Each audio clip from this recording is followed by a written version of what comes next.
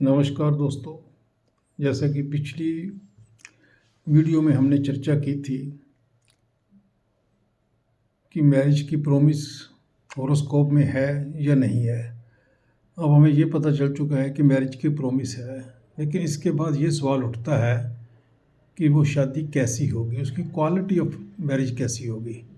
तो उसके लिए हम आज कुछ विषयों पर चर्चा करेंगे कि आमतौर पर ये देखा जाता है कि शादी के कुछ देर बाद ही लड़ाई झगड़े शुरू हो जाते हैं, डिवोर्स तक नौबत पहुंच जाती है।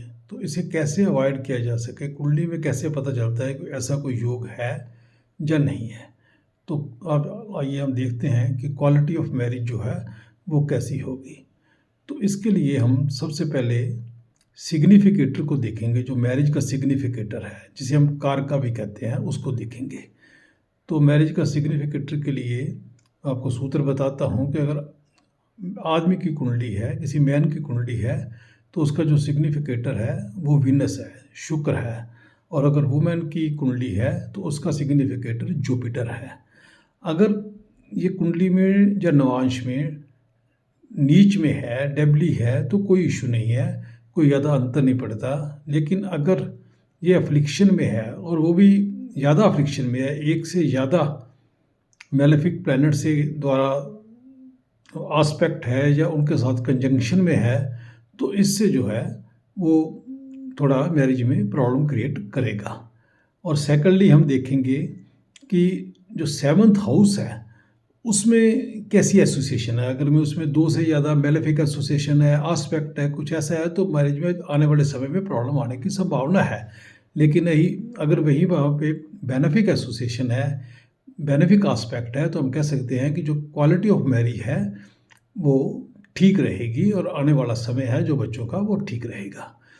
और इसके अलावा जो हम डिवोर्स के बारे में जानना चाहेंगे, तो हम D1 जो हमारी लगन कुंडली है उसको, और नवाश कुंडली को, इन दोनों को देखेंगे कि जो वहाँ पे 7th लॉर्ड है। 7th लॉर्ड मीन जो घर का मालिक है, जो 7वें घर का मैनेजर है, जो उस घर का मालिक है, उसकी क्या स्थिति है।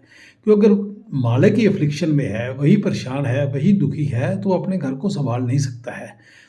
और अगर मालिक अच्छी स्थिति में है तो अपने घर को अच्छी तरह मैनेज कर सकता है। तो इसके लिए हमें पहले वो देखना है कि उस मैनेजर की क्या पोजीशन है, 7th लॉर्ड की क्या पोजीशन है। अगर वो अफ्लिक्शन में है तो हम कह सकते हैं कि आने वाला समय ठीक नहीं है, और मैरिज में रुकावट आने की संभावना बनी रहेगी।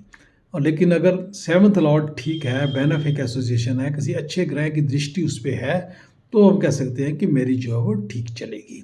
ये तो एक सूत्र हो गया। दूसरा हम ये देखेंगे कि जो 8th लॉर्ड है वो कहीं 7th में तो नहीं आगे प्लेसमेंट उसकी होगी, या 7th को वो देख रहा हो, या 7th और 8th लॉर्ड दोनों की कंजंक्शन हो, चाहे वो बर्थ कुंडली में हो या नवाश कुंडली में हो। अगर ऐसा कुछ योग बन रहा है तो भी हम कह सकते हैं कि आगे चलकर डिवोर्स की जो संभावना है वो बढ़ जाएगी।